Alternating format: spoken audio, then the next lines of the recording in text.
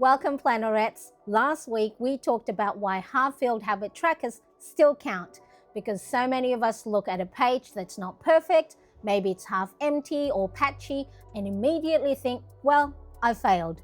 That episode was all about giving yourself permission to keep going even when your tracker isn't complete. But today, I want to take it one step further, because it's not just about what to do when your tracker looks bare, it's about how we approach tracking in the first place. So in this episode, we're going to talk about how to track without perfectionism, how to use your planner, your habit tracker, your system in a way that supports you rather than pressure you. Let's go.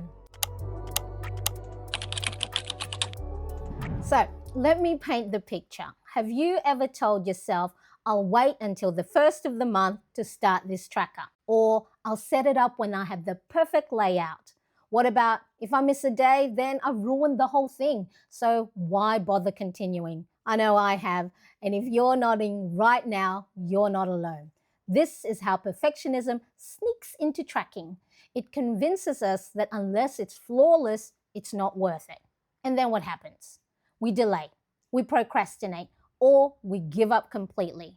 The irony is that the tracker, which is supposed to help us build awareness and support us, becomes a source of guilt.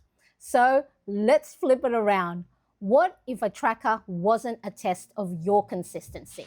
What if it was just a tool for awareness? Think of your habit tracker like a mirror. It's not judging you. It's just reflecting back what happened or what didn't happen. And that reflection is useful no matter how bare or patchy it looks. Even one little tick box is data. It tells you, hey, on this day you had energy, or on this week your focus was somewhere else. When we take away the pressure for it to be perfect, we give ourselves permission to keep going even when life isn't neat. So how do you actually do this in practice? Let me give you 3 shifts. 1, start any day. You don't need the first of the month, the start of the week, or a brand new spread. If you think of a habit today, open your planner and just start tracking it today. No waiting for perfect timing. 2, lower the bar. Don't track 12 things at once. Choose 1 or 2 habits you care about.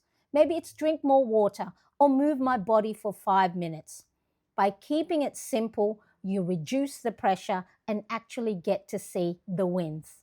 3, accept the gaps. This one's big.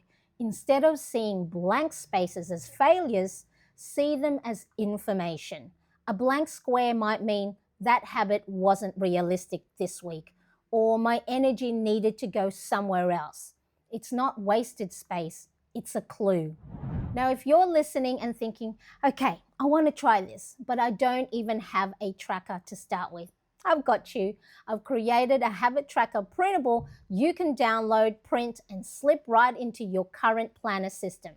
It's simple, flexible, and doesn't require perfection. It's made to be used in real life. And if you want more structure, I also have my Ultimate Planner Bundle printable, which includes 5 weeks worth of planner pages with habit, mood, and sleep trackers, so you can see how your energy habits all connect. The link is in the show notes or description below, so check it out after this episode. Now here's the bottom line. Tracking isn't about creating a flawless streak. It's about creating awareness.